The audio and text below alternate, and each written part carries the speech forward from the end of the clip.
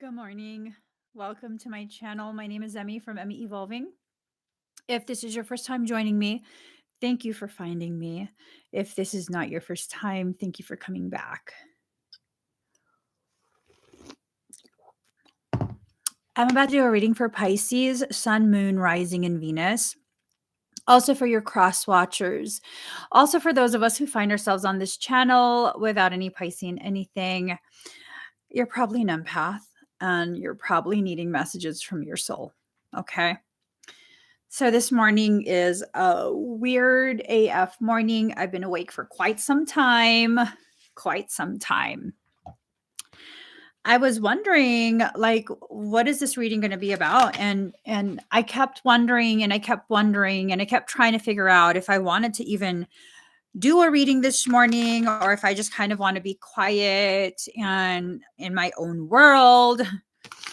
And then I asked, like, well, okay, what is this reading going to be about? And what I heard was, do you even know what you want? Do you even know what you want anymore? You know what I mean? Like, have you stopped and asked yourself, like, what do I want? What is my goal? What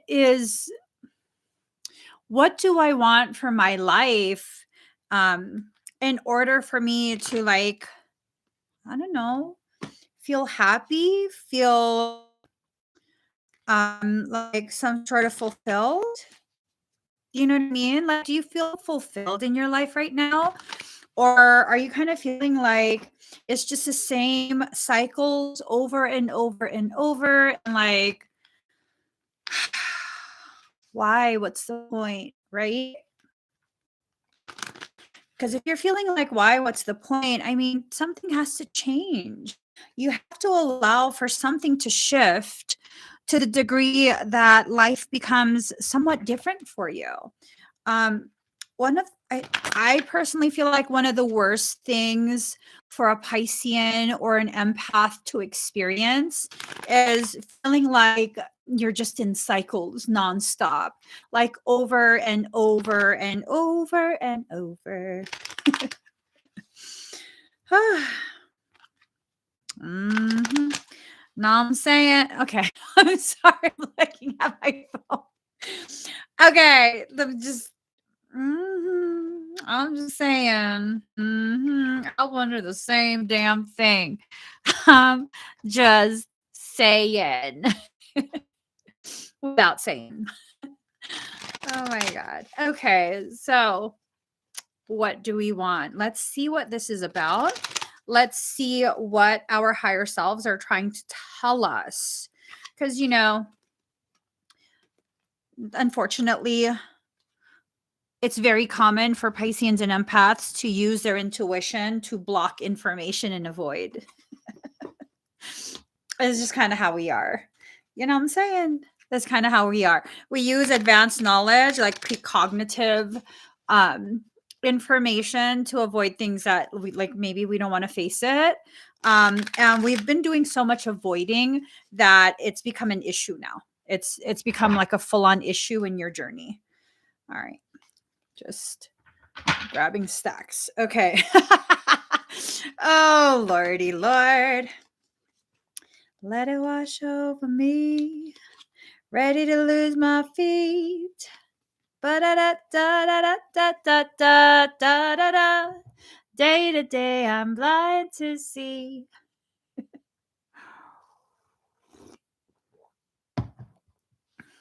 Here goes. Hex, banishment. So I just kind of feel like, oh, I have this ring. Hold up. Oh, that's the rings are not here. I actually have a ring just like that. Crazy. All right. So, banishment. I don't know if maybe this is tying into you felt like you were banished from someone, something. I'm not sure, but it has a very stinging type of feel to it. So, I get the feeling that this is like confirmation of your feeling that you were rejected. Not that you were rejected, but this confirmation that maybe some of your decisions are based on the feeling that someone important to you somehow rejected you. Were you actually rejected? I don't know. I don't know. Pisceans, especially, like, if you're accustomed to someone dropping everything they're doing just to kind of like answer your text message like immediately, and then suddenly they take like 15 minutes instead of answering immediately, sometimes I'm sorry, boo boo, I'm on your side. I promise. I'm on your side, but I'm that auntie that can tell you that you're full of shit. I really am. I'm wondering if we created an entire story in our heads about they rejected us, but they really didn't. They were just busy that day. Maybe they didn't have internet service. I don't know. I don't know. Have we really stopped to think about the ways in which we encourage um this thing that happens in our head about other people? Nope, told me I was an option and weak. Well, girl, I'm not talking about assholes. We got to stop choosing assholes that think they can treat us however the fuck they want, because the reality is no one will treat me any way outside of what I give them permission for. And this is not about victim shaming. This is about recognizing part of the reason why I've never had a man treat me like that is because unless you're a man and know how to treat a woman, you're not going to be in my presence, because fuck you, little boy. I've always had this logic, even as a teenager. Mhm. Oh, I see you playing games with all the little girls. No, you don't get any time from me. I don't care if you're the most popular. I don't care if you've been in love with me since I was a freshman and now we're seniors. I don't give a shit. I see you fucking around with all the little girls. Go fuck around with the little girls. I'm not a little girl. I've never had a boyfriend speak to me outside of my name or be disrespectful, because motherfucker, I will fucking slap you before I walk away. I absolutely believe in physical physical corrections of disrespectful verbal communication. I will fucking slap you before I walk away. Like, really letting people fucking know. You want some of this? You got to act right. You got to really, really act right. You're not entitled to this. This whole thing right here, this is a privilege. Being in my presence is a privilege. And it's not because I think I'm better than everyone. It's because I know I'm fucking good. I'm a good person.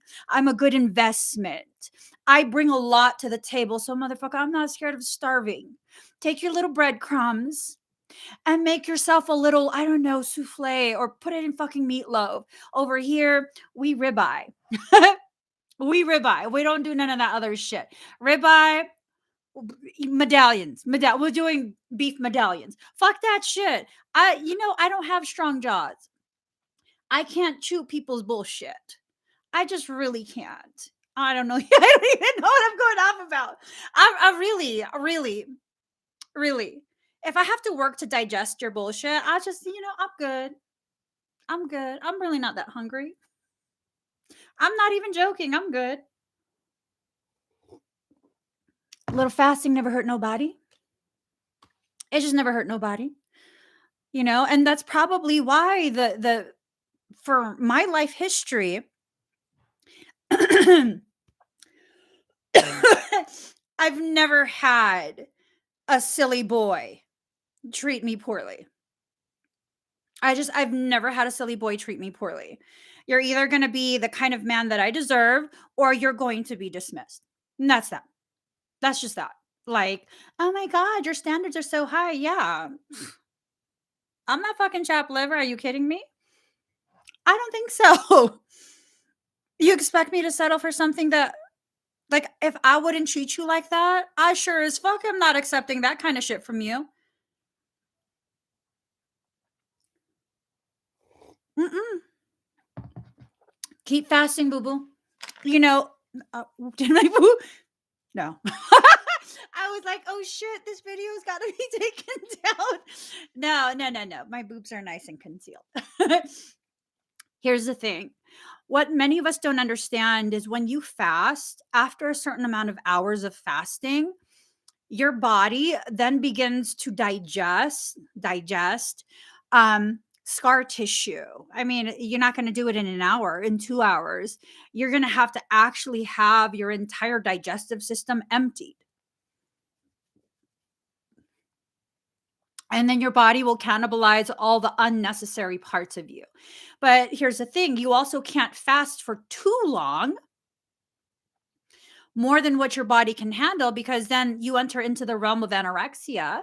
And with that, your body will then begin to cannibalize heart tissue, all sorts of organ tissue. So it's this beautiful zone that you have to find where hunger is not something that's going to cause you to really, really lose your shit and just eat whatever. And obviously, this is an analogy, but it's also a truth. Because here's the thing, most of us don't eat the foods that are appropriate for us. If you have certain type of etheric genetics, when you eat any type of grains, it creates a vicious cycle. It creates this huge spike in your glucose levels, your blood sugar levels, which then will be followed by a huge dip, hypoglycemia. With that, if I enter into hypoglycemia, I will fucking eat anything just to keep myself from passing out, because my hypoglycemia can be really, really bad. I will eat candy. I will eat sugar. Yeah, it's going to spike my sugars up again, but at least I'm okay for a little bit. Are we doing this in our relationships with other people? Are we consuming the wrong type of attention? And then, it creates a high. And as soon as they have us, then they withhold it, and then it's a dip, and then you'll accept any type of attention they're willing to give. No, motherfucker. No. You are grains, and I'm intolerant of grains. I don't think so. Try being cassava. That one is calorie dense. I don't need much of it. It doesn't spike my sugars. So, unless you're cassava, I'm not having none of that. Allowing myself to recognize the different types of attention, different types of love, different types of connections that lead to all of that, bullshittery. We don't need that. We really, really don't. There is nothing wrong with being alone. There is nothing wrong with your company. Like, we have to let go of these thoughts and insecurities that cause us to feel as though if we are alone, we have somehow failed. No one wants us. No, I don't give a shit who wants me. All that matters is who I want. I don't give a shit who wants my husband. All that matters is who he wants. What is he choosing? What is he choosing? Okay. So that's his choice, right? And then I make my choice based on what his choice is. There's no like, oh, but I love them. That's not love. That's ownership. That's not love. That's obsession. That's not love. That's codependency. That's not love. That's trauma bonding. All these different concepts that we romanticize. Like, I can't live without you. If I can't live without someone, that tells me I've established a very unhealthy relationship. The healthiest relationships that I have allow me to be the fickle, finicky little motherfucker that I am. I will be all up in your mix for a few days at a time, all messaging you all fucking day. And then for months, where the fuck did this girl go? Did she die? Nah, I'm just being me. And anyone who, like, they're bothered by that, it's not compatible. It's just not compatible. I can't sustain that type of thing. But see, these are the choices I'm making. really honoring the people who can love me as I am, where I am within my journey. That's what I want now. I don't want to have to be someone else, something else, somewhere else at a different time before you can love me, before you can accept me, before you can see I carry with me an intrinsic value. I'm valuable. Ooh, that's a powerful statement. I'm valuable. Not just that I'm worthy, because when you say I'm worthy, that's like the bottom rung, the bare minimum. I'm worthy. I mean, that's a nice sentiment. But when you take it to the next level of self love, you're like, I'm valuable. That's a declaration. It's not a question, it's a declaration. I'm valuable. Maybe not to you, but that doesn't mean I'm not valuable. I'm valuable. Try saying that several times throughout today.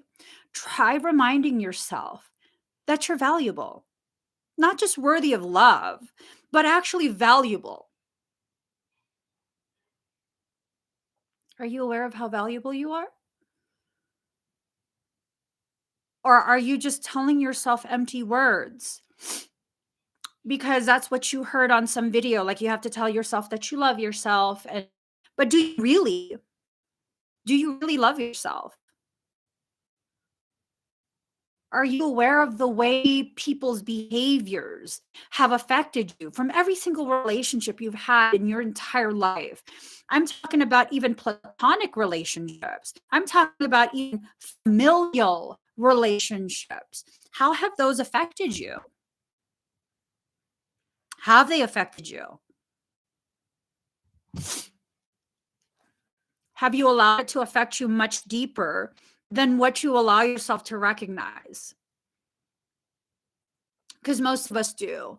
Most of us allow things to affect us much deeper than what we actually allow ourselves to acknowledge. And then we carry that wound with us for the rest of our lives. And after a certain point, we begin to identify as the wound. And once you begin to identify as the wound, you'll then begin to not want to heal that wound. If you identify as a wound, someone comes along with the capability of helping you to heal it, assisting you in healing it, because you still have to be accountable for what happens to you and your person, right? So as they're assisting you in healing it, it becomes a very scary thing. You'll no longer allow them to heal you if you identify as that wound, because if that wound is healed, who are you after that? What do you really want? Do you want healing? Or do you want to continue these patterns because they justify this pain that already exists within you? And that external painful situation helps to give gravity to your internal hurt. And what if I told you you don't have to have either one? You don't have to silently suffer, nor do you have to allow yourself to be accessed by people who don't care. What if I were to tell you you deserve so much more than what you even are cognitive of? See, society tells, especially women, some men, but especially women, what is going on there? Society tells us that our goal is to have someone who buys us flowers and, takes us out to dinner and spends money on us because that's the goal. That's not my goal. I don't give a shit about any of that. Do you know how to cook? More importantly, do you know how to listen so that you'll know what foods you can cook for me? Flowers? I don't want store bought flowers. Can you grow plants? You got a little farmer in you. Can you grow the food you're about to cook me? Because I'm looking for longevity. A man who can tend to flowers, to plants, and keep those alive absolutely knows how to keep my heart safe. Will pay attention to how much watering I need, how much sunlight, how much space. Because I don't want a man who drowns the plants, waters it every day, even to its detriment, yet continues to water and water because we have to water. No, you don't. You have to check my soil. You have to see if I'm dry. You have to do all of these things. And here's the thing, people who don't understand what I'm saying will be like, oh, you just too high maintenance. You expect too much. Motherfucker, if you understand, when you do all this, not only do I blossom, my blossoms bear fruit and it will nurture you. It will nourish you. As long as you care for me, I can always provide for you. Reciprocity. Let that sink in. A man who knows how to reciprocate in a different way than what you will provide creates stability. Same applies for women. It creates stability. Reciprocity is not about being the same exact thing. It's about allowing each person to carry within them their differences, celebrating those differences, because in the ways you're different, you are fortified. Where I'm weak, you are strong. Where I'm strong, you are weak. Together, we're solid. Everybody out here trying to have their twin flame. I want someone just like me. Do you like yourself? My husband is not my twin flame. We're polar fucking opposites, literally polar opposites. Well, it just works because you're patient. No, I'm fucking rotten in relationships. Zero patience. Like, no, I don't think so. He'd be like, because he's the kind of guy who totally like, I can't sit in the car with him. Yet I always do. It's like you're driving in the lane beside us, and he's over here like, oh, this motherfucker driving too slow. Oh, he's driving too fast. I'm like, you're so toxic right now. Stop. And he doesn't have to be like me. Because see, when I'm like that, he sees opposite than what I see. And he's the one that then tells me, like, people are going to be who they are. You can't like be angry at everybody. You can't, look, when it matters, that's when he rises up. And in no way is our relationship perfect in that we never argue. Some arguing is healthy. It means the relationship is real. It means both are investing, both want to be heard. It's not the arguing that's the issue. It's what you do with the argument that becomes the issue. When you make it your goal to destroy this person you claim to love because you're arguing, that's an issue. When you're speaking in a very passionate way and having a heated conversation because you want to be heard and they want to be heard. And finally, there's this breaking point where both understand neither of us are being heard. Now let's talk softly and actually listen. That's a fucking amazing, powerful thing. It's what you do with that argument. It's what you do with the decisions you make and the causations you're now living through that create the effect that you end up with. What do you really want? What do you really want? I don't think you suck at relationships. I think you suck at letting people know what you want and holding them to that standard. I don't think you suck at relationships. I think you continue to choose people who can treat you as poorly as you treat yourself internally. Obviously I'm addressing Tanaya, but I'm also addressing everyone because many of us do this. Many of us do this and we don't realize we're doing this because no one has the actual fucking balls to let us know, like, point blank. No, it's a self-love issue. At some point in your life, something convinced you this is all you deserve. And it fractured you because it was a lie and you knew it, you felt it, and it broke you in half. And then you didn't give yourself permission to put yourself back together. But here's the thing, the body is so beautifully designed that if a bone breaks in such a way that it's not meant to be, you can break that bone and fix it.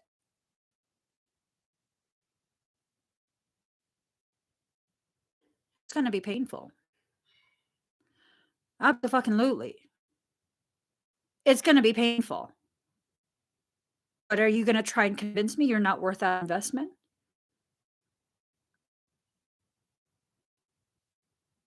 everything that's broken me and made me feel like I can't put myself back together has actually helped me to understand on a deeper and deeper level the gravity of how powerful I actually am when it comes to me in my life.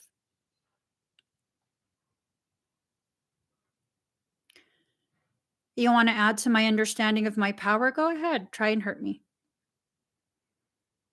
I'll get through everything life sends my way, including your maliciousness. Go ahead. I really don't care. You think because I have some sort of moment where I cry, some sort of period where I have a mental breakdown, that I'm broken? No, this is just the process. This is the price I pay for my power and my recognition of it. You're just a delivery person. You're really irrelevant. When you can approach people and their attempts to harm you in that way, how powerful have you become? Very powerful, uncontrollably powerful. And as long as you focus your power strictly on your growth and allowing yourself to see clearly what you've been allowing, you will continue to grow more and more powerful, and people's behaviors will have less and less of an effect. But you got to want that, because it's not something that just happens overnight. It's something you actually have to cultivate. You actually have to cultivate it. And the time you spent trying to avoid this process, all it's done is halted the process, paused it temporarily, and it will pick back up. You're not delayed, you're not behind, you're exactly where you need to be based on your level of emotional and mental maturity and development. There's no timeline you have to follow. There you go. There you go. I choose me and to heal. Done with the BS. Reason I've been letting people know and showing them. No longer care how they feel about my actions because I'm not being malicious. Good. Good. You'll know you've healed to a satisfactory degree, Tanaya, when even the words that I say won't make you feel like you have to explain yourself. Baby steps. Baby steps. Address what's most important first, which that's what you're doing right now. Heal to the degree that other people's opinions and perceptions no longer force you to explain yourself. When I make a decision for myself, I make a decision for myself, and that's that. That's that. It's just, that's that. If you don't like it, you don't like it, and that's okay. That's okay. And it's okay for me to tell myself, it's okay for you to not like me. It's okay for you to feel disappointed in me. As long as I'm not intentionally trying to hurt or harm anyone else, I'm going to have to just keep living my life in whatever way I feel is most appropriate for me in my life. Allow yourself to ground in this lifetime. A lot of the problem with what spiritual people are trying to tell you and teach you is that you're needing to make it a goal to transcend this human experience. If that was the goal, you would have never been born in a human body. Your soul has already experienced many, many, many lifetimes outside of the human experience. You came into human body to have the human experience. The moment you begin realizing this is the goal, these experiences are what I was trying to have. There is no like perfection that I'm attempting to attain. There's no like goal of being devoid of any specific type of experiences. Pain is not the problem. Our perception and fear of it is.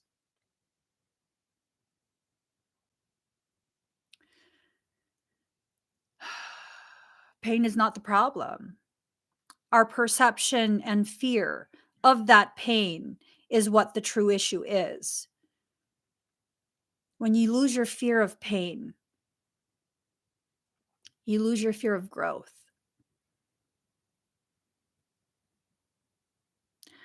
It's not that pain doesn't have to exist. It's not that fear should not be allowed to exist. It's not that ego should be killed. I mean, these people spouting about you need to kill the ego to have peace. You're a violent motherfucker, aren't you? Why the fuck would you encourage someone to kill anything? And then you're telling me that I'm bad because I'm not vegan. You talking about killing things that are like not killable. Not only are you violent, you're also illogical. Those two things paired together, I gotta cut you out. I gotta cut you out of my life. That's just, no. That's too much. You're doing too much. You're doing too much. You're illogical and you're violent. I'm just saying. How the fuck you gonna kill an ego? Anything that exists has a purpose. The moment it no longer carries a purpose, creation no longer allows it to exist. Let that sink in.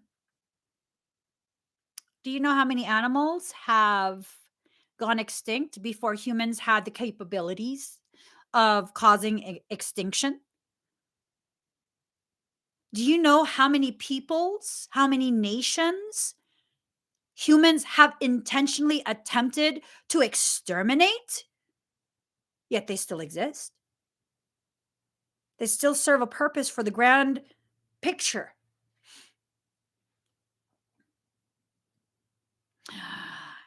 Oh, girl. I love poetry. I'm just saying. I'm just saying. If you don't want me to listen to you, send me poetry. I'll read it and then I'll be like, okay, I hear you. That, ooh, I think I loved your broken pieces so fully, so recklessly, and utterly without reserve because I needed someone to love mine. I'm just saying, I think we need to have, like once a week poetry night or something where we just like read poetry and just like savor it. Savor every letter of every word that creates the sensations. I'm just saying. hmm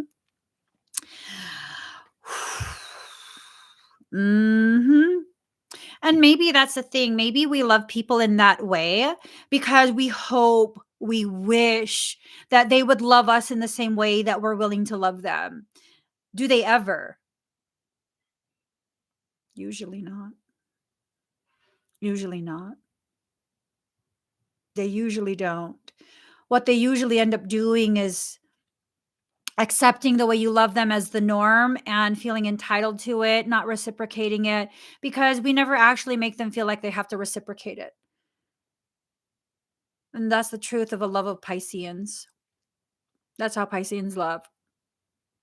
We make people feel as though it's the norm. It's not a big deal. No, the way we love you is a huge fucking deal. Stop believing our lies. It's such a huge fucking deal. We put so much of ourselves into loving you and making you feel whole to the point that it's at our detriment and we don't give a shit. We still keep loving you and looking away whenever you disappoint, never saying a word. And maybe that's our bad. Maybe it's our bad that we didn't tell you exactly how much we needed you, how much we needed from you. But maybe it's your bad for not loving us enough to try and find out.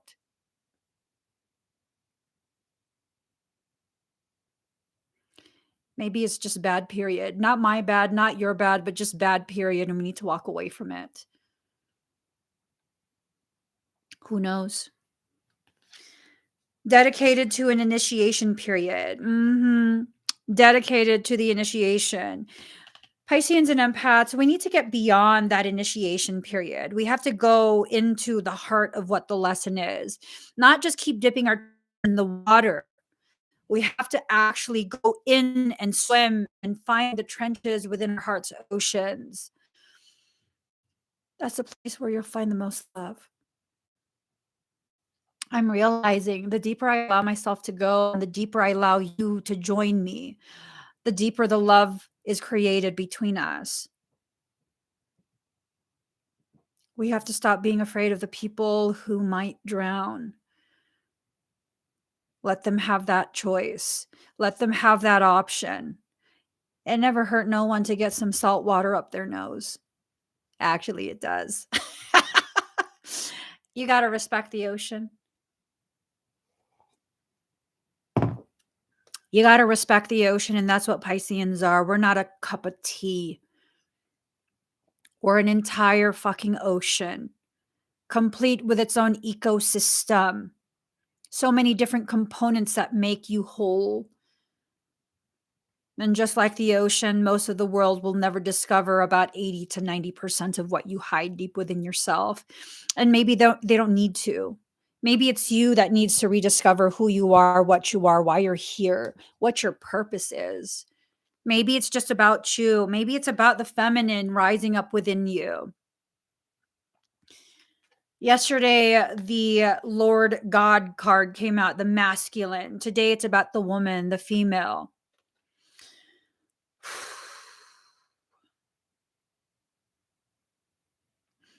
I wonder if part of the issue is that we're so malleable. And because of that, depending on who holds you, that's what you become. And if you allow someone toxic to be the one that holds you, you become a reflection of their toxicity.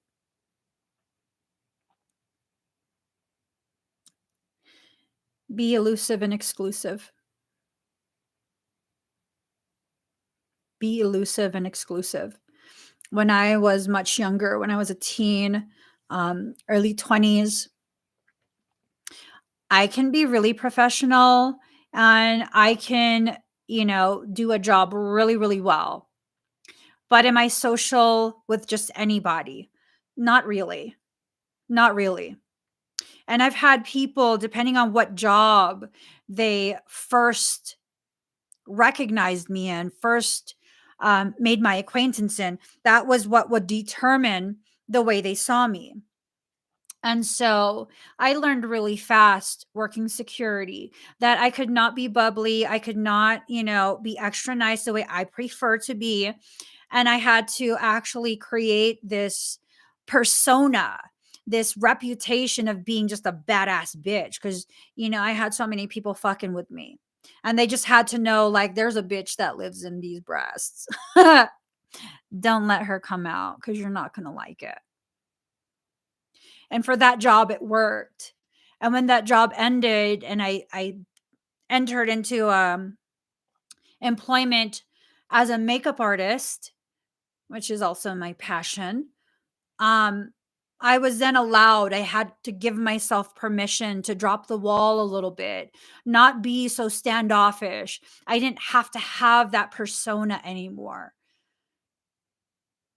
And I distinctly remember several times people were in the store that I was working in. And I guess I look different out of uniform. I don't know. And I'm like chatting with them and they're like really enjoying this chat we're having about makeup and other toiletries. And and then it dawned on them like, "Wait. Oh my god, did you used to work security?" "Yeah, I did." And they're like, "Oh my god, you are actually so nice." And I was just like, "What?" And they're like, "Yeah, you were so scary as a security guard." And then I would start laughing, like, "What do you mean?" Like, "We were just scared of you. Every time you would come to the exit, we would all be like, 'Oh my god, she's working, we have to leave.'" Ain't no loitering, okay? And they were like, "You're actually so sweet. Oh my god." I'm a whole person. Sometimes this persona that we project is in response to the environment that we're in. Sometimes we do this to protect ourselves. And sometimes we have to recognize what we're trying to protect ourselves from is receiving the love we deserve. That's deep. Do you have these triggers because you're afraid of someone loving you?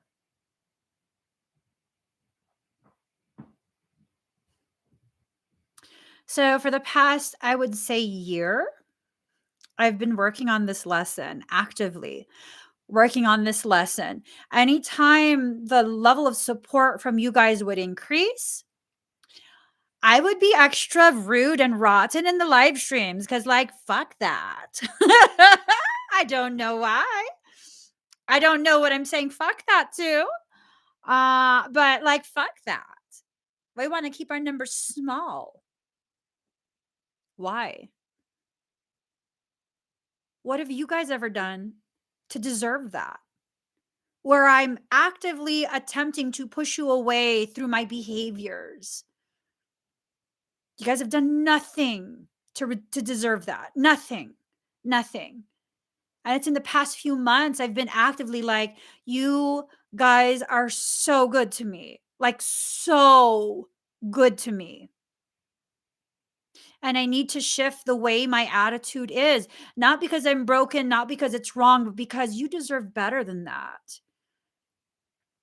You deserve me to show up with less attitude. I mean, I'm gonna always have attitude. I'm just gonna always have attitude. If you expect me to not have attitude at all, you're not one of the ones that's nice to me. But really, having an appropriate level of salt for the situation, it's about balance. It's about recognizing I was in some way intentionally sabotaging connection with you guys. Why? Because it's scary. It's scary to connect with people. It's scary to connect with people because why are you connecting with me? What do you want from me? And then this realization of you just want to be able to be around. What do you mean? What do you want from me? What do I mean by that? I don't even know. I don't even know because I've already left behind that cycle and period of my life where I only allowed people around me who needed something from me because trauma bond, emotional manipulation, overgiving is a trauma response. I left behind the period of my life where I overgive to ensure that you have a need for me in your life. So then what is the problem now? What if there's no problem? What if I'm still just in the process of learning things about myself and my life, my triggers, my trauma responses, the ways in which I still sometimes sabotage connections because it's scary to let people in? And also, the same sentence, the same paragraph, I'm strong enough now to realize it doesn't matter what your intentions are with me. I'm safe. Even letting people in, I'm safe. I can handle myself. I can handle my life. And if someone were to try something, that's an opportunity for me to choose differently than what I would have chosen before. Which is what? What would I have chosen before? To stay quiet and tell myself that I'm tripping and stop being a bitch and all of these other like really stupid things that I would say to myself that would allow the continuation of someone being disrespectful with my boundaries. Now it's like, no. Um, you not hear me the first time? Motherfucker, I said no. I said no. You need it in a different language? It's still no in every fucking language. NO is the most universal 2 letters ever. And if you can't find the courage to speak the words, that's all. That's all. Shake your head side to side. That's all. We have to know what we want at this point. And once you figure out what you actually want, you have to then begin the process of allowing yourself to bring it to fruition.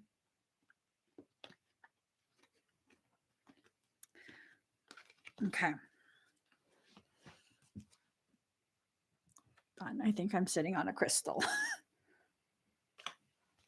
I was sitting on sage. It poked the shit out of my ass. Hold on. There's a stick still stuck on my ass cheek. And it fucking hurts. Okay. There we go. It's so fucking hurt. Oh my God. I can't. There. Okay. Card number 38, restore and replenish. Allowing yourself to be restored, allowing yourself the time to curl up into a ball and utilize all your energy, your focus, and your healing on yourself. You know, the world's not going to give you permission to heal, because once you heal, you become too powerful to control. If you're wondering why the people in your life don't support your self-healing journey, they probably don't want you to heal. Because when you heal, you become very difficult to control. And if you come to that realization, maybe it's time for you to explore the fact that there's a potential that you've been being controlled by people who say they love you. Why? And I found for a lot of people, the people who love you, they oftentimes try and control you because they've told themselves this storyline that you're incapable. Are you incapable, or are you just unwilling?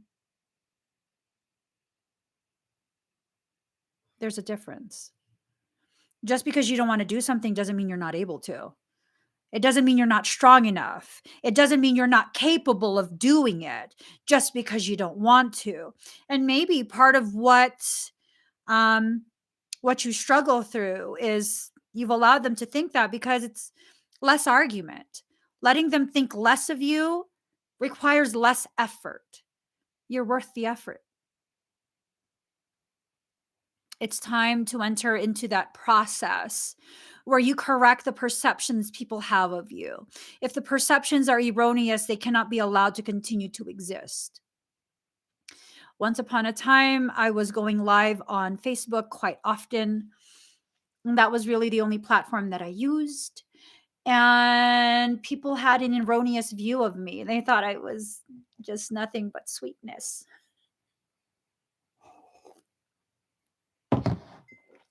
Yes. They thought I was just the sweetest thing. Like, Emmie will do anything for anyone.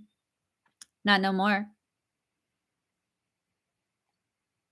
Not no more. Do you know how many people fell away the moment I stopped being that way? Is that a loss to me? No. All the leeches fell off. Ooh, that was a harsh reality, wasn't it? That's the reality of it. You're so afraid to lose the leeches and you wonder why you're anemic. Maybe you're sick because of all the people feeding off your energy. Maybe you're unable to manifest the good things that you want for yourself, not because you don't deserve it, not because you're not powerful, but because you keep feeding the fucking leeches. There are many in this world. Are leeches bad? No. They exist for a reason. They even have medicinal applications. But do you need a leech on you all the time? No. I mean, if you've severed a finger and they're reattaching it, leeches are good. It can help to encourage the flow of blood. Leeches also serve a purpose in your life. They help to flow energy to the places that you're afraid to allow that energy to flow. I needed to have so many leeches on me for quite a few years. Why? Short of that, I probably would have kept hiding myself. I probably would have kept blocking that energy from flowing. It's the very leeches that got me to decide to switch to YouTube. It's the very leeches who triggered me to the degree where I really didn't want to be live streaming anymore. I don't enjoy live streaming. I know it doesn't seem like it, but I don't enjoy live streaming. I don't enjoy being publicly visible, but I know that's part of my purpose. And so I comply with what my soul tells me. And thank God for the leeches, because I was preparing to just go absolutely mute, delete my everything. was creating that blockage. I was severing that part of me off. And then here came my soul stitching it back together and allowing the leeches to descend and just feed and feed and feed. And it created this situation that allowed for my energy to flow. And in my defiance, I knocked all those leeches off. Am I being a mean person putting it in those terms?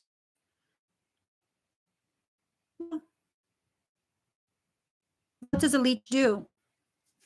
Well, first, it attaches to you. And then, secondly, it creates a wound from which to draw blood from you. Most people don't know that they have leeches on them. Why? Because something within the leech's saliva prevents you from noticing. It's like an analgesic, anesthetic, whatever you want to call it. It prevents you from noticing. It suspends the natural order of things. How so? Well, your blood will naturally coagulate.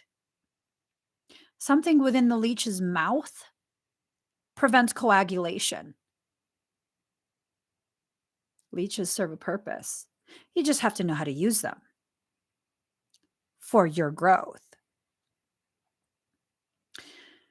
Even though people's intentions are toxic, that doesn't mean anything.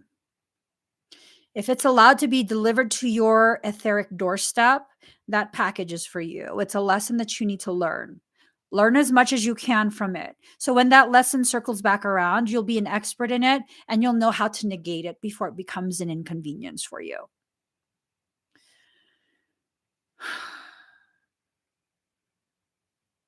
Card number 43, come to life.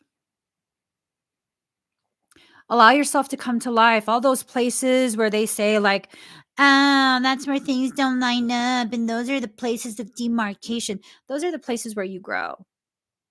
Okay. Don't allow people to guilt you and shame you into this practice of trying to paint a sweeter life than what you actually have. Those fuckers are addicted to refined sugar.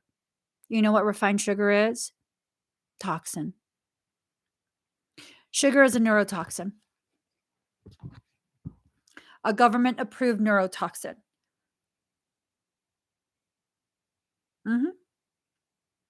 Don't listen to those people.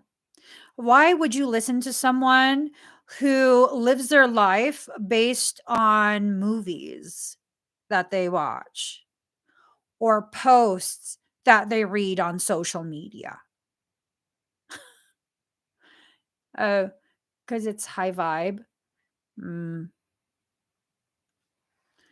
Let me know how that goes in a few years.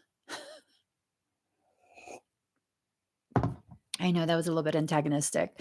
No, but really, let me know how that goes in a few years. Let me know if that brought you happiness and internal peace, because that high vibe bullshit, it's literally bullshit. Only positive vibes. Okay. Let me know how that goes. I promise you. It's that logic that opens the door for the most parasitic people to come and use you. The moment you begin shaming yourself for having needs, for recognizing this is not aligned with wait, what the fuck's going on? Yeah. Learned that firsthand quite a few times. Pisceans and empaths, have you noticed? It's always the most parasitic demon whore that you end up bonding with really fast. Have you noticed that? I mean, for years, I've asked myself, am I just attracted to demons? What the fuck is this? Every time I'm really, really drawn to someone and we become fast friends, like, what the fuck is this? It's always a demon whore. And then the people I'm very tentative with, like, I don't know. Those are always the people that stand the test of time and never hurt me, harm me, or any of that. But oh my God, the more demonic you are, like, come live with me. Live with me. I will love you forever. I swear to God. It's those who are not demonic that I'm totally like, I don't know. You might. I'm not sure. I'm feeling some kind of way of I don't know what it is, but I we gotta slow down. And all you did was message me, hi. I just too much. Oh my God, why are you in my inbox? Oh, but I swear to God, demonic people. Hey, baby boo, how was yesterday? Did you sleep okay? Did you have breakfast? Like, motherfucker, what's wrong with you, Emmy? I'm learning not to do that anymore. I really am now. I totally like ignore everyone. Equal opportunity of ignoring you. Because I'm still learning who's who. You know how many years I spent like I kept telling Michael like no. No. That cannot be my counterpart. He's a demon. That is a demon, A1 Yola demon. Like no. No. There's no way. No, I don't believe it. You might be a demon too, Michaela. For years. For years. For years. For years. Mm, what? What? What? But you know, my dark twin, who's a dark ass motherfucker. I'm like, hey, twin.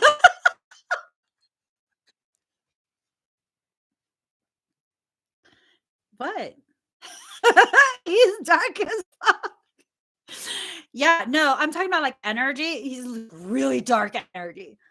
I'm like, he's my BFF. He's my twinny. Yeah, I'm so not joking.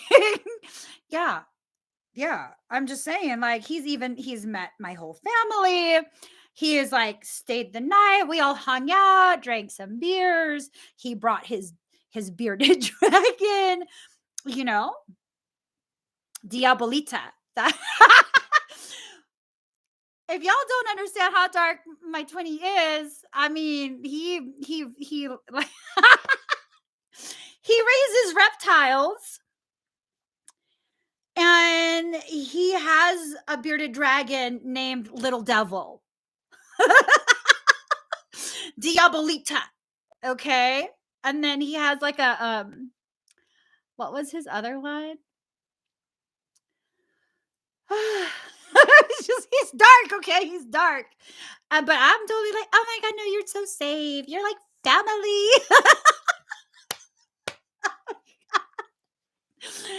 I don't know. We just keep we keep going. Keep going. Card number 18, spirals of manifestation. You know that you're manifesting everything that you need, right? You're manifesting it. Yeah. When you have issues with people, that's been manifested for you using your energy to help you to learn something. It's usually to help you to learn your voice, to learn how to use that voice. And if you don't speak up, then the situation will continue to escalate. It will continue to escalate. Yep. Part of the balance that had to be reestablished between me and Twinny, like I said, he has like a really dense, really dark type of energy. And I didn't say anything, and I didn't say anything, and I didn't say anything. And after a few years, I finally snapped. And I was like, look, motherfucker, I don't give a fuck who you are. Knock that shit off, or you can't be a part of my life anymore. As a matter of fact, fuck you. And then I blocked him on everything. On everything. And then I didn't talk to him at all. Um, I want to say like a year or two. And there are all these signs telling me that I needed to message him and like that something seriously bad might be happening to him. And I'm like, I don't give a shit. He didn't give a shit. I don't give a shit. And then finally, I was like, all right, after several years, all right, I'll stop being that way. And I reached out. It turns out he had some serious thing going on. Like he almost died. He almost died. And he was totally like, I've been thinking about you for a couple years. Like I was so worried about you and your family. Now we good over here. We good over here. You the only toxic one in this equation, motherfucker. You the only toxic one. He thought that was hilarious. I was like, I'm serious. You the only toxic one. What's up? What do you want? Nothing. Just connection. That's it. Just to be assured that we're okay. My family's okay. We're fine. And that's it. But this whole thing of a healthier connection would not have happened if I didn't say anything. It took me a long time to say something, and I just kept allowing myself to be dragged into the toxic shit that he was getting into. Why? Because I thought that was my role as a good friend, as a twin. I thought that was my role, that we needed to basically enable toxicity. That's not your role. That's just not your role. He grew so much in my absence.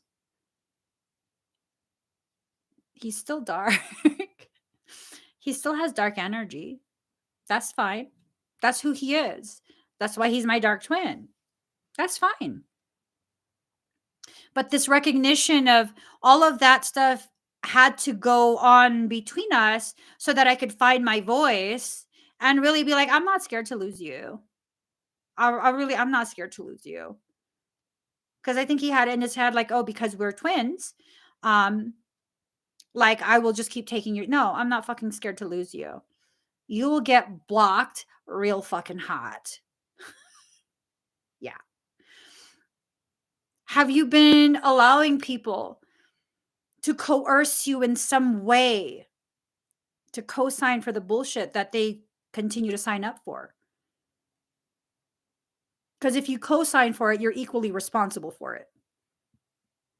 I mean, would you co-sign someone's mortgage knowing that they don't pay things on time? Would you co-sign that? So then why do you co-sign for people's bad behaviors?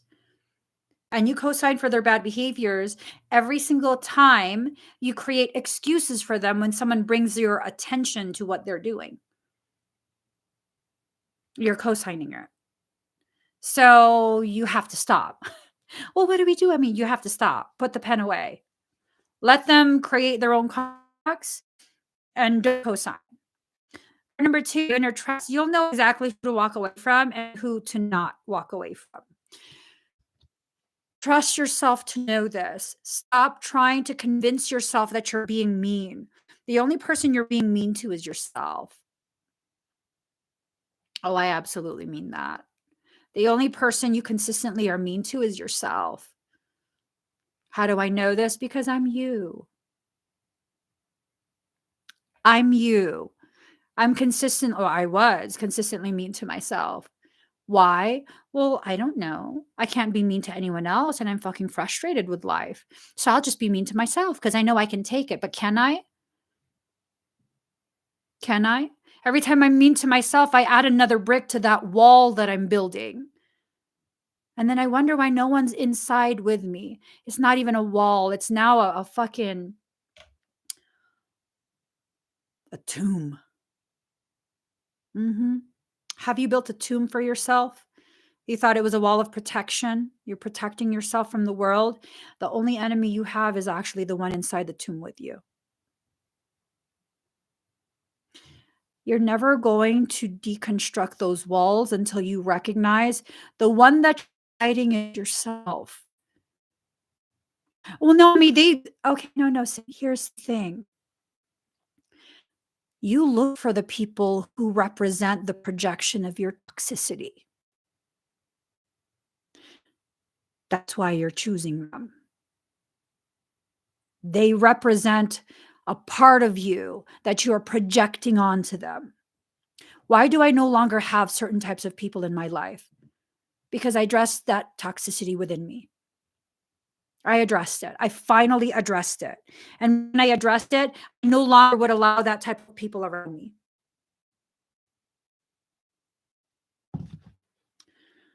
I just won't. I don't give a shit how sweet you are. I finally recognized it's that sweetness that lets the demon whores in.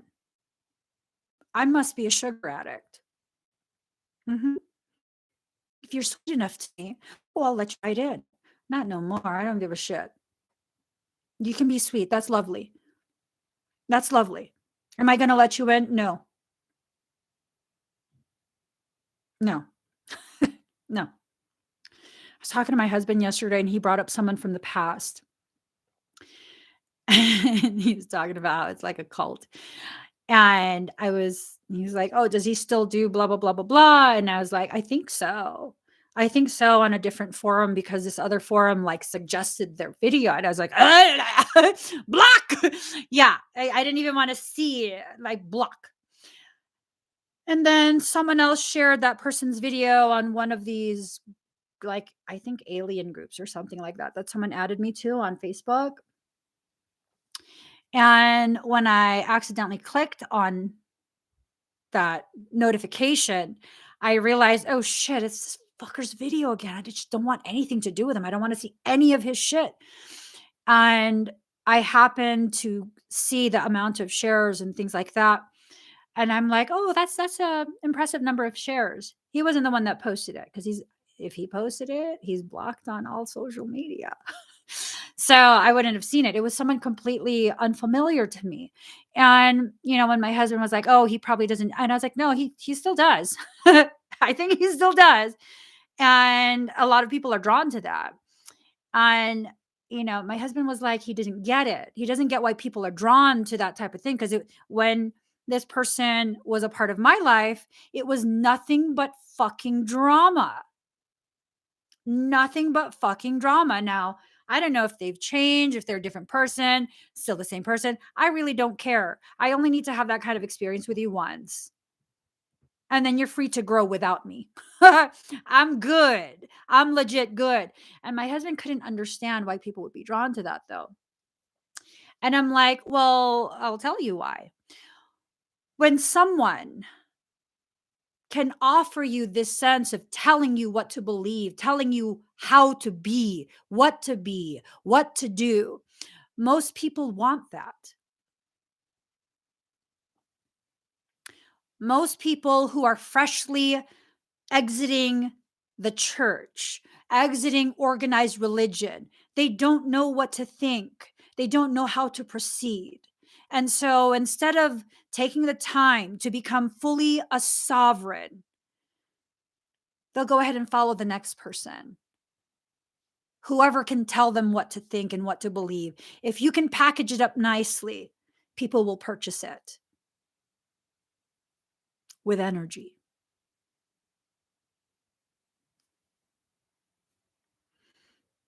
If I wanted a huge audience, I would step into that role and I would tell you exactly what to think, how to feel, how to live. Do I do that? That's fucking ugly. That's fucking ugly. I don't personally want that. I want you to be able to choose. Do you want to share space with me today? No? Okay, have a good day. You want to share space with me today? Let me share my thoughts. What do you think? What are your thoughts? How does this affect you? Is it resonating with your truth or, not really, not today, not this message? Okay, that's good. You're thinking for yourself. Um, I would rather equals than followers. I'm learning what I want and I don't want to be followed. I want to be immersed in an environment where everyone is my equal, still in the process of growing, still in the process of maturing, figuring out what they want. And together we can support each other. Together we can help each other to feel empowered, even in the most delicate, precarious parts of our journey. There's something beautiful in that. where we can each lead, where I don't have to carry the weight of that on my shoulders because I know if I'm too tired, you can lead too. You know exactly where we're going, which is where? Home. Back home to ourselves. Each to our own bed waiting for us, warmed by the heart. It's a beautiful, beautiful prospect. Knowing that we're safe with each other. That it's not one person controlling everyone. It's just not okay anymore for other people to tell you who to be, who you are, who you're allowed to be around, who you can support, who this, who that. Fuck that shit. Fuck that shit. No one gets to tell you any of that. No, you decide that for yourself. What do you want? Do you even know? Because if you don't, you're in a very powerful position. If you don't know what you want, that means other people's programming has not fully infiltrated yet. You're starting at the perfect time. See, and you were here thinking like, oh my God, I'm so behind. Like, I don't even know what I want. No, you're in the perfect position to really truly empower yourself now, because now other people's words and actions and yada yada yada, it hasn't infiltrated. You are now free to fill your space with your own thoughts, your own needs, your own wants. Whew. Mm, mm. Yet the world would have you think that you're lost. According to whom? Lost? According to whom? My youngest was talking to me this morning. He woke up early. Oh no, he still hasn't even slept. He slept all day yesterday, so he didn't sleep last night. But he was talking to me this morning and he's like, we're forever adventurers. And I'm like, what do you mean? He's like, we're forever adventurers. And I had to stop what I was doing to really understand what he meant. And he's like, we always go on adventures. When we travel, when we go to different places, we have adventures even when we're in the Airbnb. We've lived so many places, we're just forever adventures. I'm like, oh, that's what you mean? Yeah. This knowing that life is an adventure. You know, when we have to travel somewhere, I don't get an Airbnb until we're like almost there. Nothing's ever planned in my life. So a while back, like a while back, uh, we were supposed to go to South Dakota. It was like a while back. So we're in the car. We're supposed to go to South Dakota, and we're just getting gas. And then family is like calling and is like, "Are you coming here?" No. I gotta drive to South Dakota.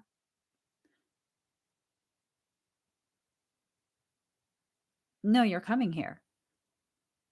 According to who? My ass is going to South Dakota. Guess where the fuck I ended up going? From that gas station.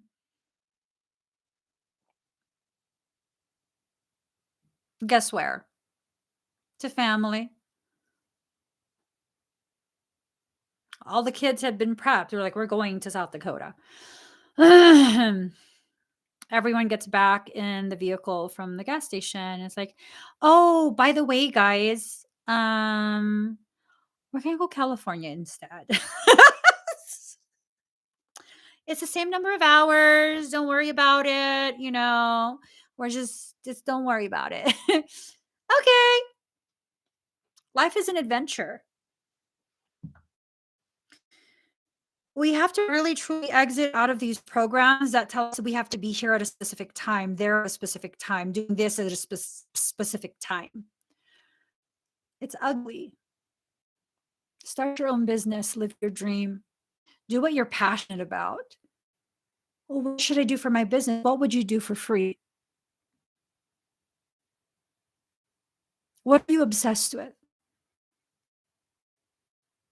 You like reading stories all the time? Be a writer. You like helping people? Become an advocate of some kind. You love energy work, you keep reading about it, and you're just obsessed with it? Be an energetic practitioner. People come to you about their problems all the time, and you lend them an ear and a shoulder. You help them to gain clarity. Be a life coach. Be a therapist. Be what sets your soul on fire. Be the very thing that creates so much passion that you would do it for free. And be so passionate about doing it that people feel it's only right to compensate you. Unplug from that matrix. You got to. You got to. If you truly want sovereignty and freedom, you have to.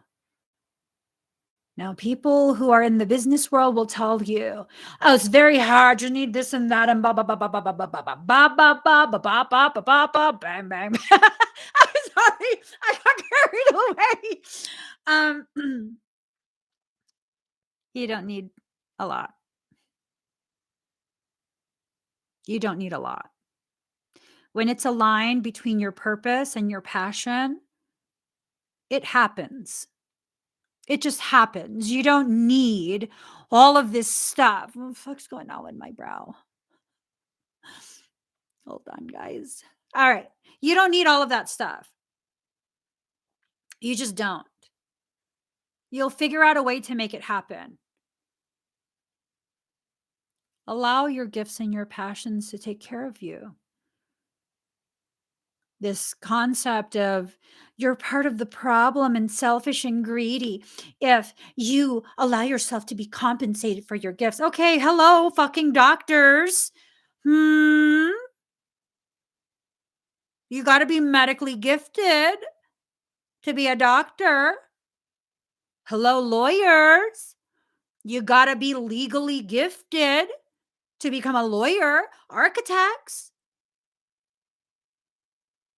engineers, computer people. I mean, hello? Hello? There's no reason your gifts can't provide for you the way people want you to for them using gifts. No reason at all. None. I have no qualm sharing this. Let me see. What year is it? Several years ago, I started my company stuck in a Walmart parking lot using a $30 prepaid cell phone.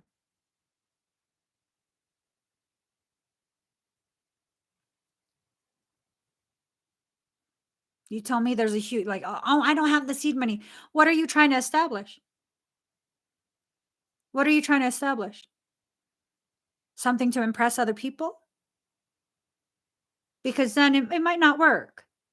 It might not work if you don't have the gift of um, knowing things in advance and yada yada. It really might not work. That's hard to do. But if it's something where it's like you're so passionate about it, like I keep telling my husband, he is so good. Like, I'm like, bruh. He is so good at knowing which like high-end pair of shoes will be something huge for resale, which collectible toys will be like really, really big for resale. He's so fucking good at that. So fucking good at that. I'm like, this is not a hobby.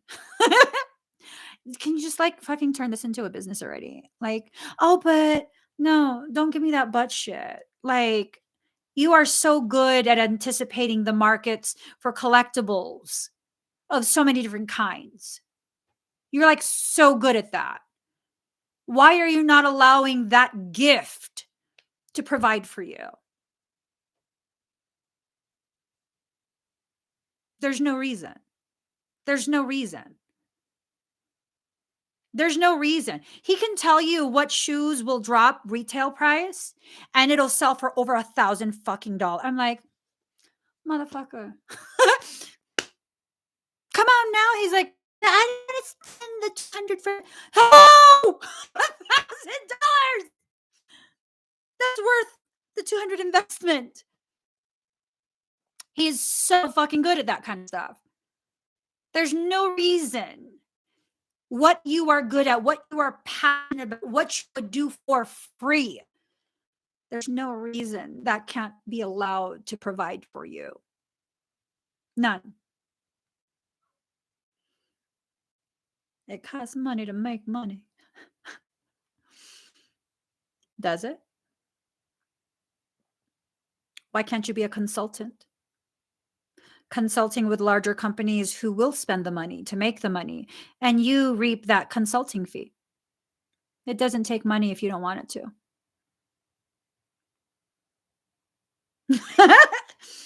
It doesn't. It doesn't. You can absolutely be a consultant for large investment type of companies. You can tell them exactly what to purchase in large quantities. You got no excuses, sir. When you're passionate about it, let it take care of you. Let it take care of you. The time of blocking your abundance is gone. I mean, unless you want to suffer, then that's up to you. I mean, we all got our kinks. If you're a masochist, you're a masochist. You like the pain? Okay. I'm just saying, be who you are, but be who you are without hiding it. Card number 4, against the grain, allowing yourself to swim, swim, swim. Okay. Even against the grain, who cares if people are rubbing you wrong? They're helping you to slough off the layers that need to be shed. Card number 34, in the world, not of the world. Knowing that you're a badass motherfucker is not a bad thing. Using that knowledge to further fuel your rise is not a bad thing. If you are not stepping on people to climb up the mountain, what is wrong with climbing? Why would you ever allow someone to shame you for having hiking boots on when you're hiking?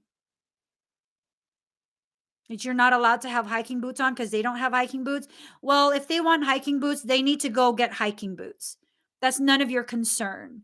Just because you are properly outfitted for the path your soul is placing you on does not mean you have to be ashamed for being prepared. It doesn't mean any of that.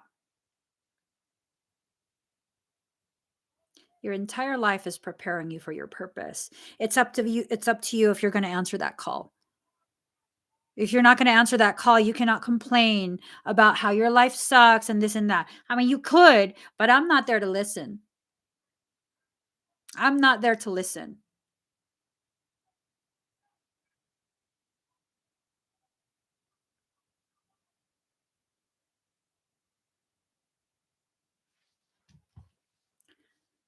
Daddy, are you outside?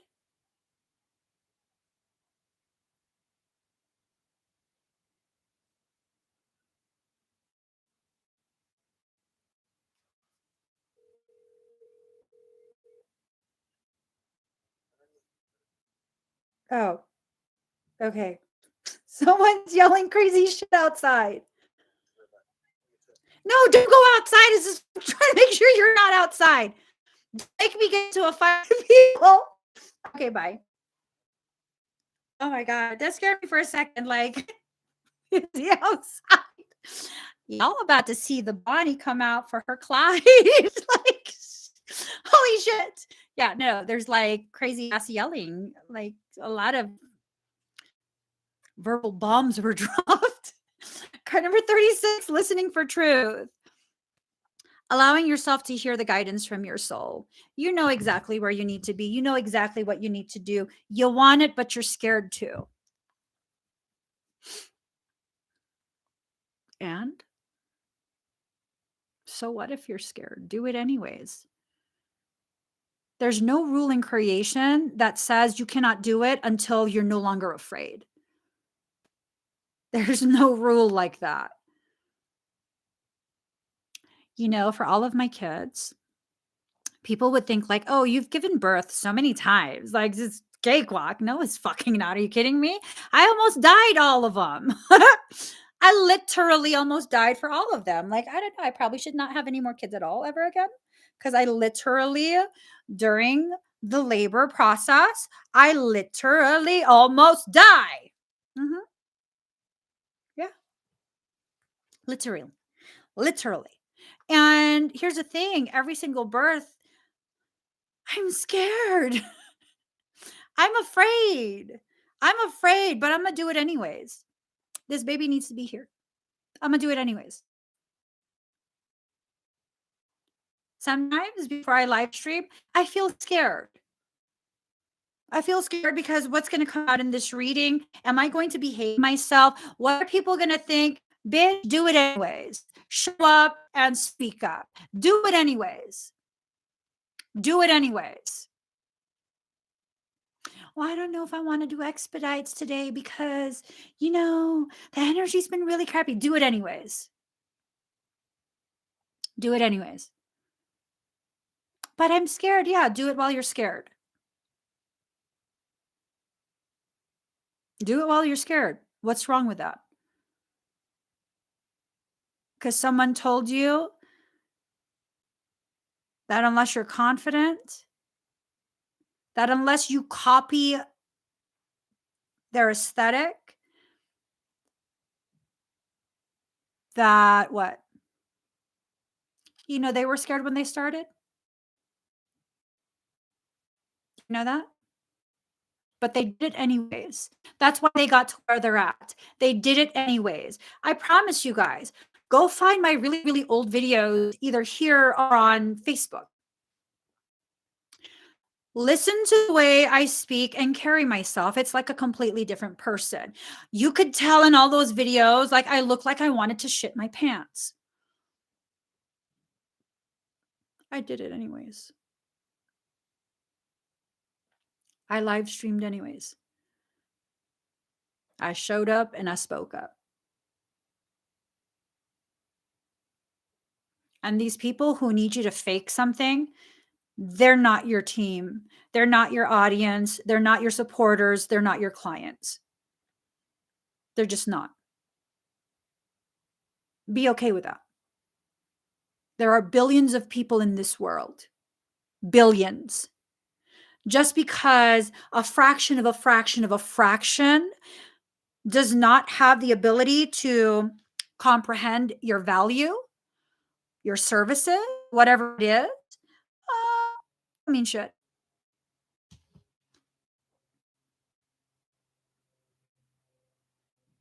It doesn't mean shit.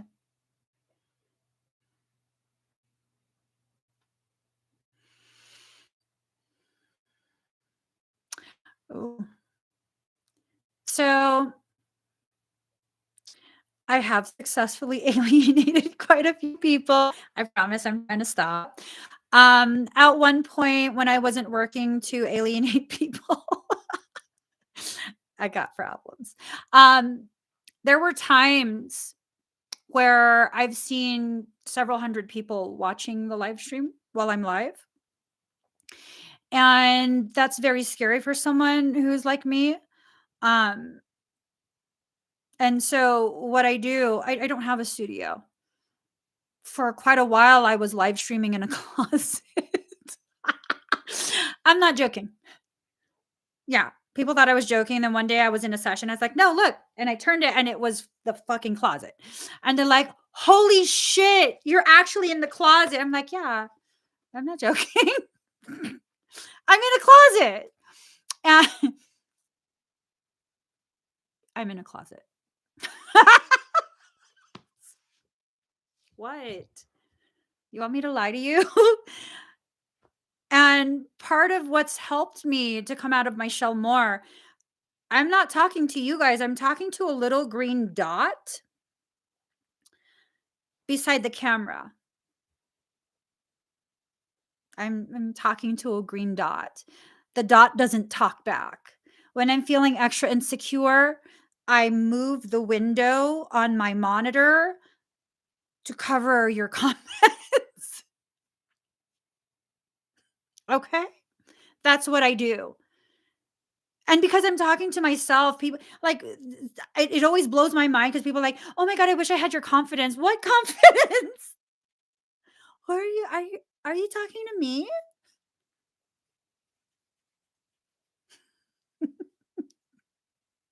I'm sorry.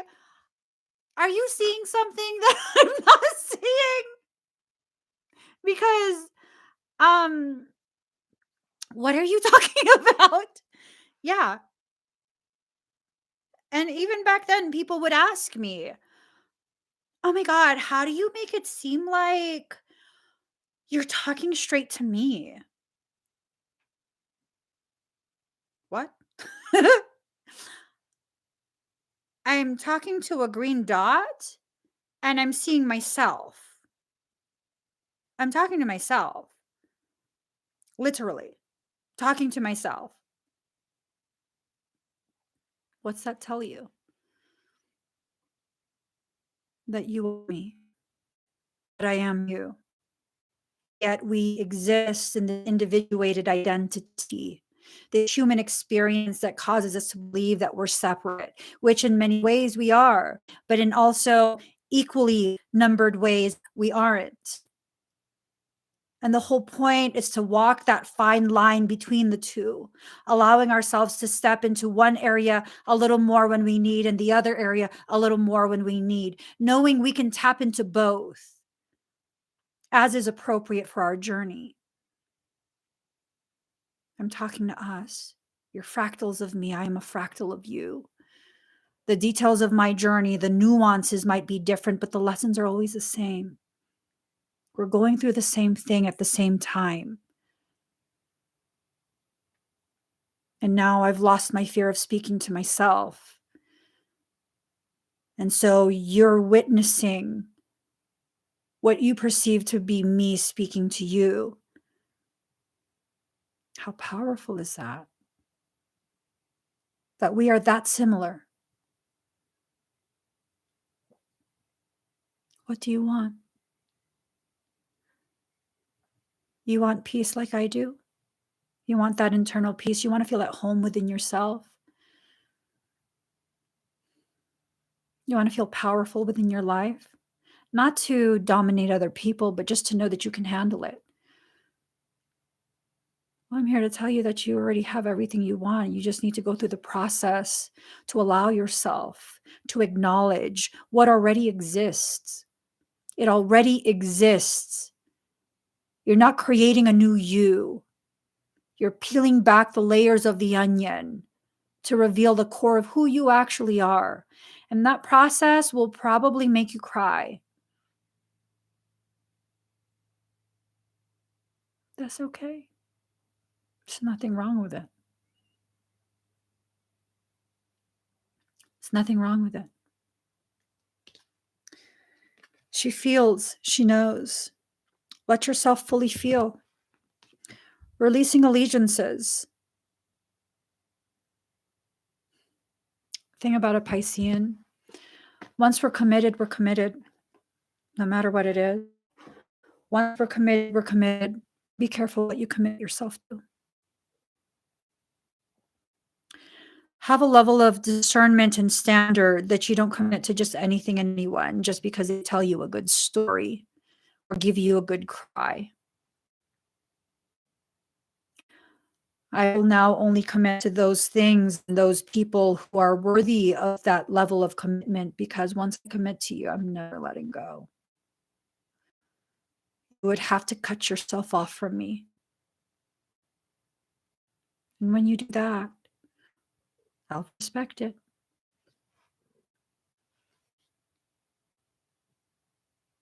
It's not about losing people. It's about loving people to the degree that have sovereign freedom intact. Let them choose. And just as they choose, you must as well. There are some people who walk away and it's good riddance. There are other people who walk away and it's, please lock that door behind you because I don't have it in me to do that. Or their absence is so devastating.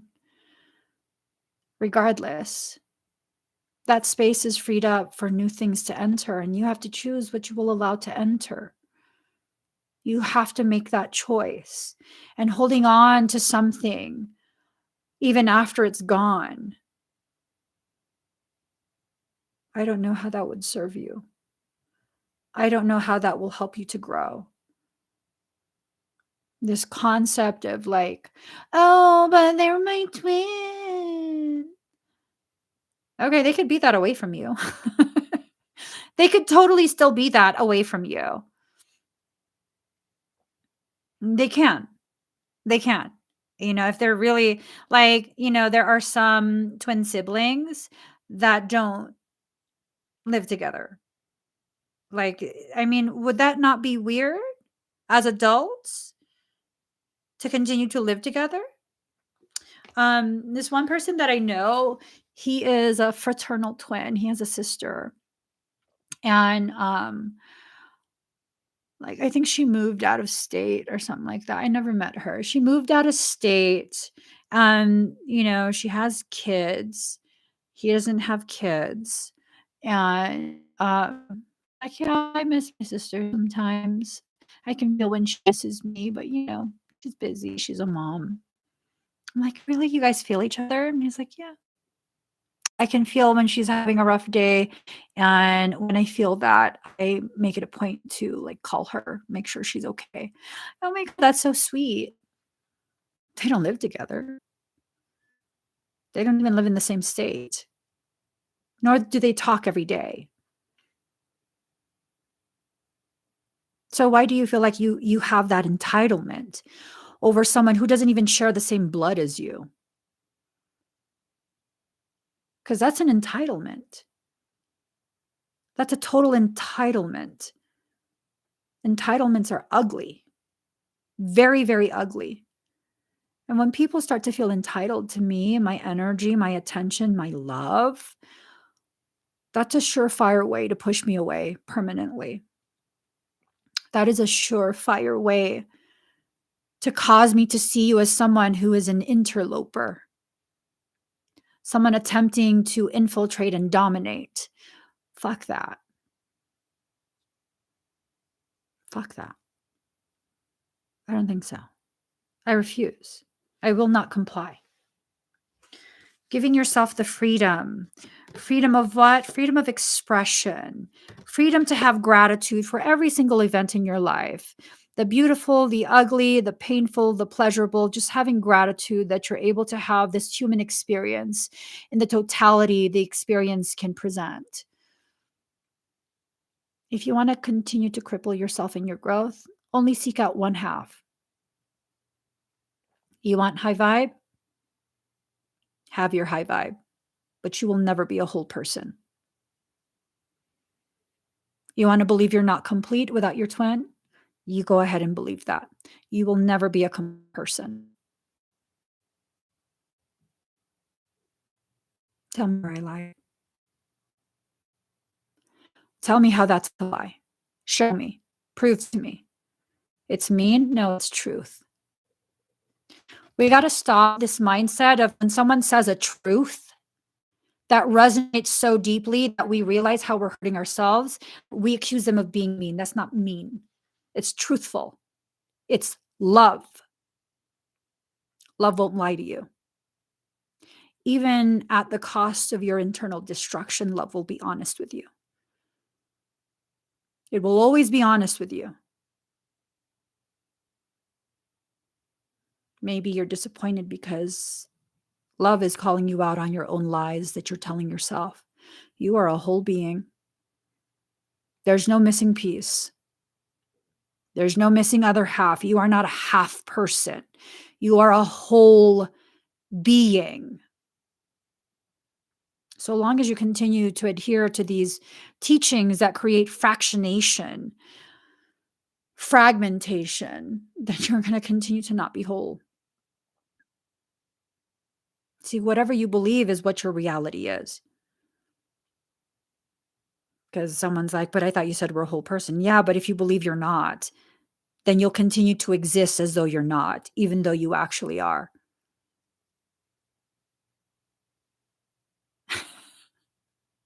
Y'all, it's really very simple. What you believe and take in as your truth is what your truth will be. Do you know how many people exist thinking they're the shit when they're not? Yeah. And how do they carry themselves? Like they're the shit.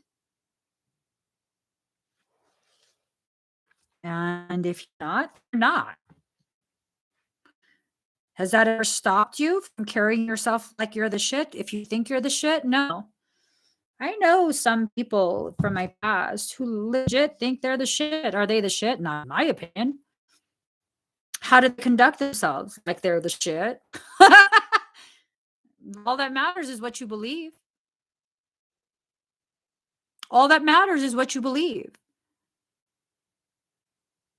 And I'm not talking about faking it till you make it, because that's a bullshit logic too.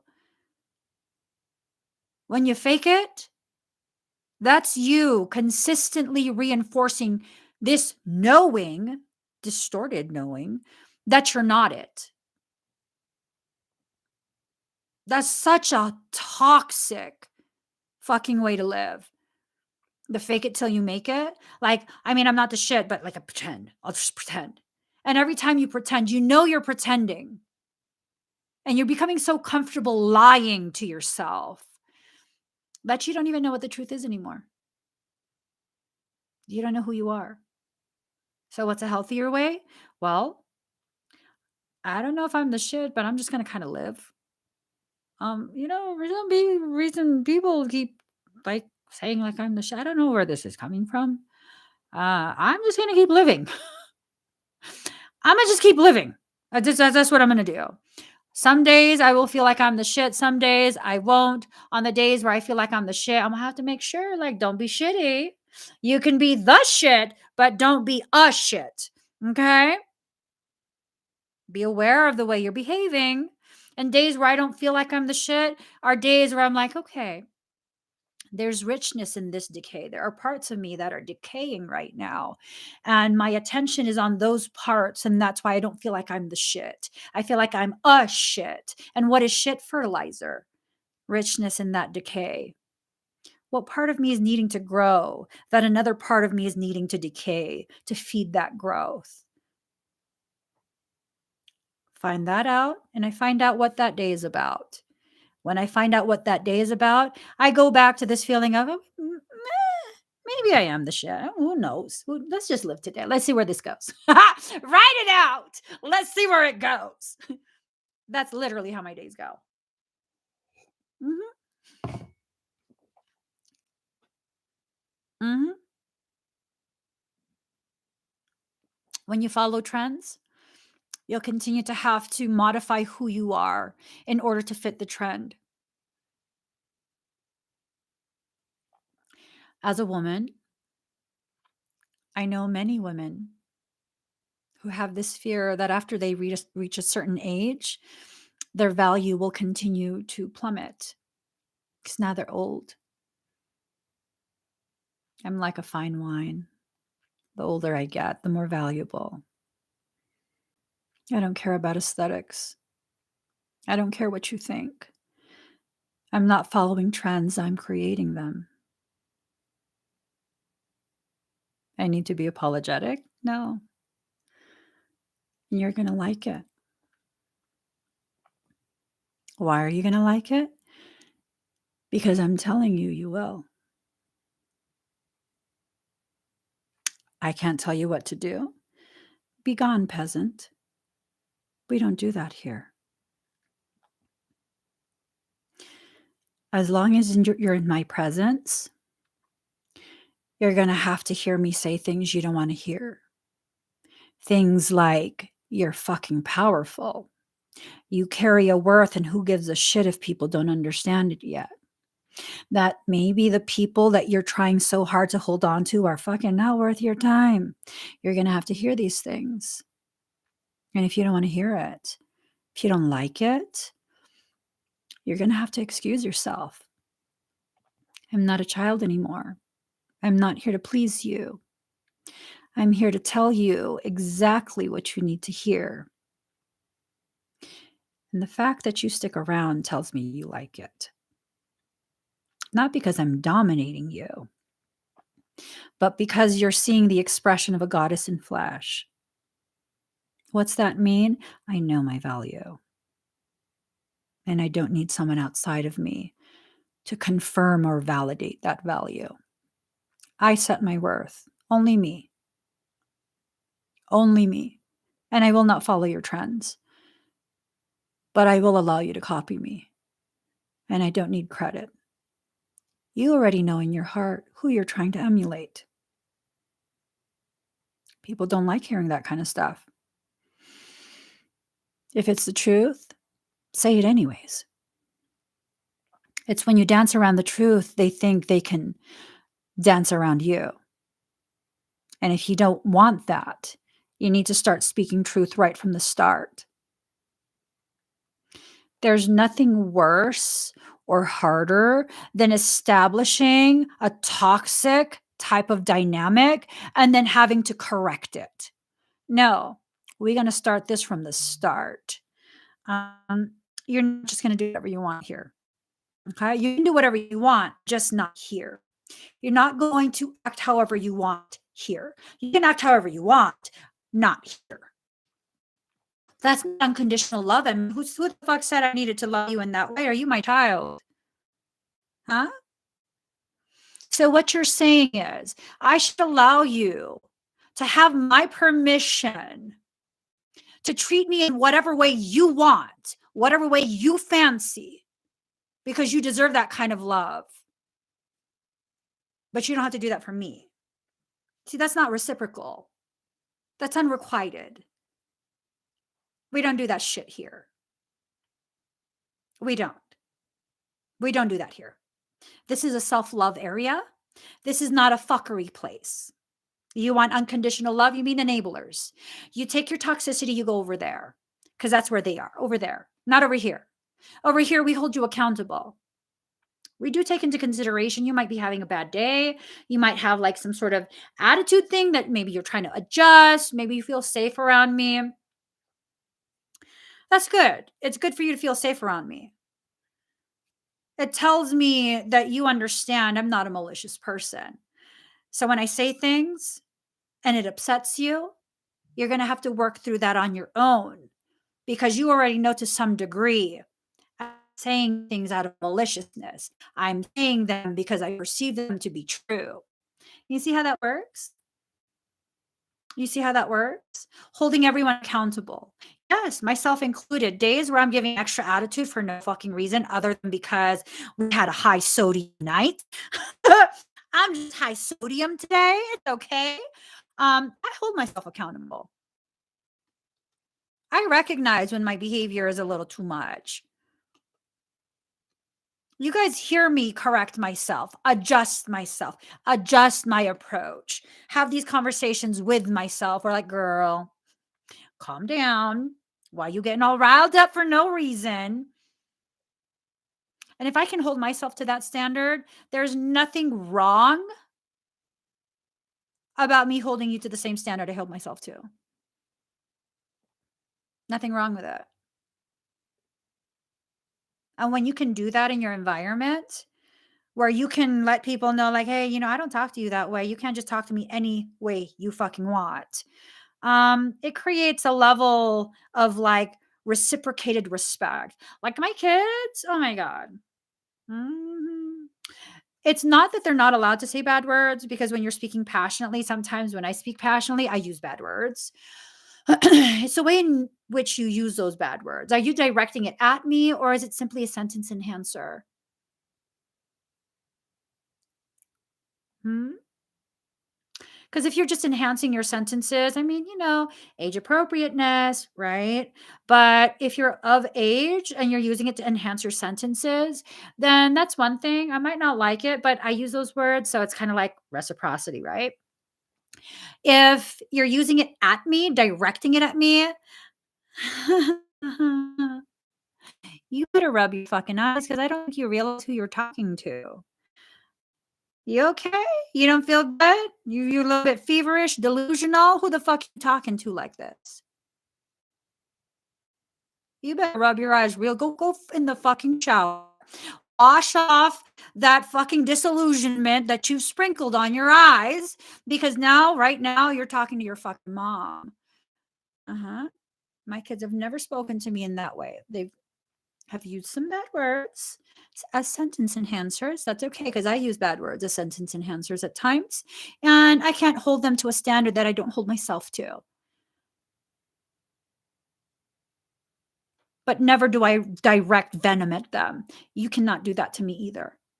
There's a certain standard that will not be disrespected. They will not be disregarded. And you need to begin living your life in that way, you guys. If you don't start now, someone's not going to start it for you. You are responsible for the way your life goes. Oh, no, I mean, like, you don't understand. No, stop with the excuses. When you allow someone to have access to you knowing they're toxic, you're responsible for what they do in your presence. No, you can't hold me accountable for someone else's behavior. When you bring a vicious dog to a park, that dog is on a leash and something happens. Either you drop the leash or the leash breaks and that dog kills another animal or mauls a human being, I fucking promise you, you are responsible for that dog. I promise you. I promise you. You brought that dog. You gave that dog access to that space. You are responsible for that. When you bring someone toxic into your home and you allow them to continue to have access to you, you're absolutely responsible for that. Absolutely.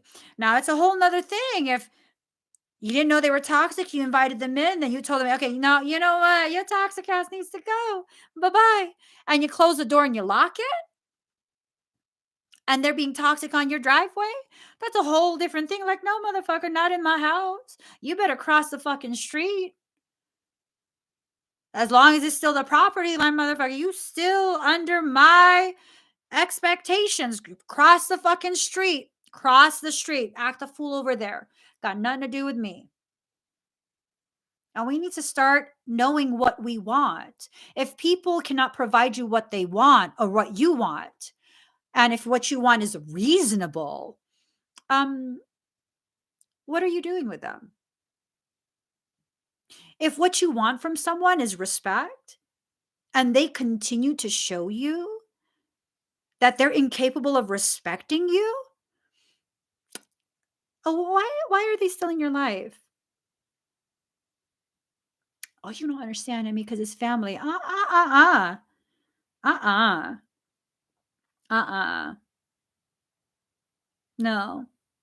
Family can be family, but they don't have to have access to you. And when you continue to give family access to you, knowing they're very toxic and malignant, that is a choice you made. You allowed. You are responsible for that. That's a choice.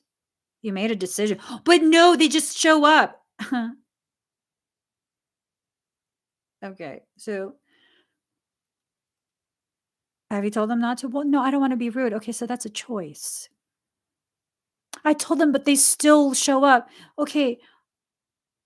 Did you express consequences and did you hold them to that consequence? Well, no. Okay. So there was no consequence. Sometimes we have to recognize when we say things and we don't really mean it. Like, if I say something, people feel it. They know I actually really mean it. They know I actually really mean it. When someone who never honors your boundaries, when you tell them about the boundaries and they don't get mad, that means they disregarded you. They didn't give a shit what you said. When someone is accustomed to getting their way with you and you set boundaries, now they're pissed, that means, okay, now you actually said it and meant it. Oh shit. Now they're mad because it's real now. It's real now. Now you really like, oh shit, you're going to hold them to a fucking standard. Now they're pissed. That's human behavior. When someone who's never had boundaries finally gets boundaries established, oh yeah. Have you ever seen children who are like spoiled? Their parents never tell them right from wrong and what's appropriate, what's not appropriate, what's acceptable, not acceptable. And the moment they tell them, like, you can't do that, the kid has a tantrum, let him fucking cry. My kids don't have tantrums. You know why? I don't beat them. I don't threaten them. I tell them, listen, you're clearly going through something. Let me know if you need me to help you calm down. I'm only going to tolerate so much screaming before my ears will hurt. I don't want my ears to hurt, so you're going to need to stop screaming. Like, literally, my kids don't have tantrums.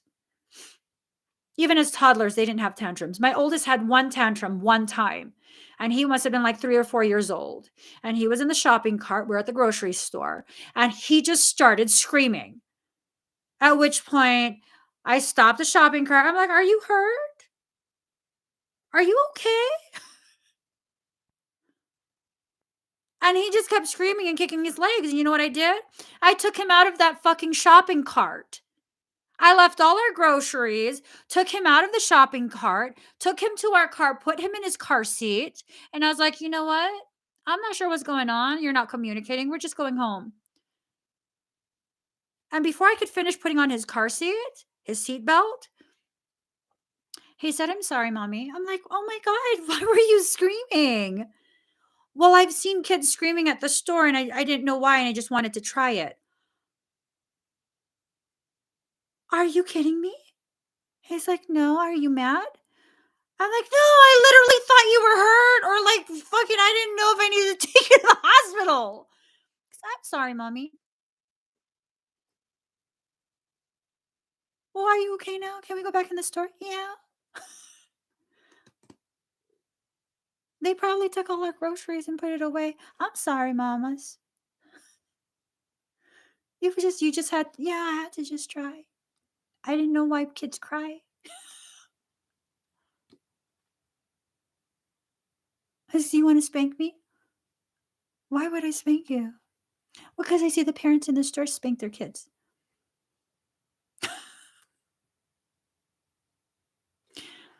What? Yeah, he couldn't understand why kids were having tantrums, and I had to explain to him, well, those kids are not taught about boundaries, they're not taught about communication, they're not taught about limitations, and they want something, and the parent probably constantly gives them what they want, and now the parent's not giving them what they want, and so they're having a self-regulation issue. Oh, yeah, that's it. You're perfectly fine regulating yourself. Oh, that's why they cry? Yes. Yeah, that's why. Why don't they just communicate to their parents? Well, I don't know.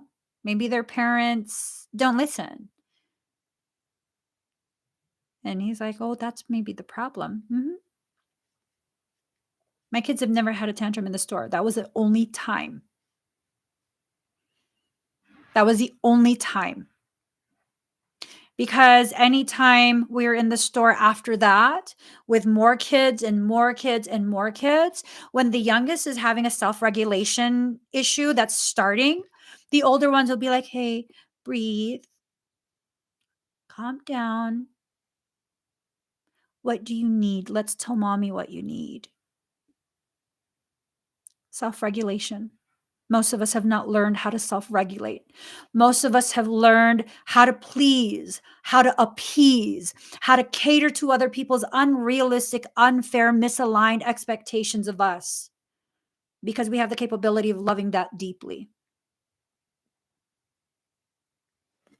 Have you ever wondered why some people who don't know how to swim are not afraid to drown in your water? It's because you keep giving them your air and you wonder why you can't breathe and speak your truth. I have a general rule to life at this point. Don't go in my water if you don't know how to swim. There is no bottom to it.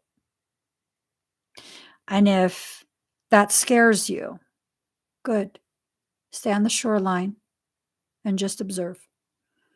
I'm not going to be your lifeguard. I'm just not.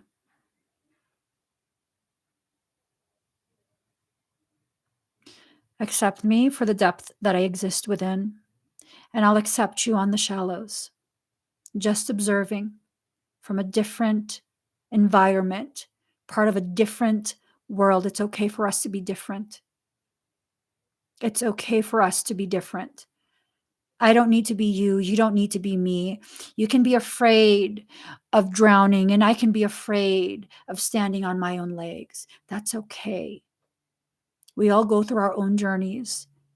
And the moment you give yourself to begin your journey, you will walk away from toxic people. And maybe you already know this, and that's why you don't want to begin. You're afraid of losing the very things that help to continue to trigger and justify your hatred of self. That's not good. That's not good. See the beauty in being your own sanctuary. Create harmony for yourself. Have patience with yourself through this process. That's how you heal. That's how you become stronger. And then you also listen to your team who's telling you live stream is done. I got to start sessions. So don't be afraid of who you are. Don't be afraid of what you need to face. Don't be afraid of being truly, fully alive. Okay? Don't be scared. But if you're scared, no, most of us are. Do it anyways. Grow anyways. Heal anyways. Become stronger anyways. Keep growing, keep healing, keep growing, keep healing. Be wary of the people who treat you like maple trees. What do I mean by that? The people who continue to injure you in order to extract the sweetness from you.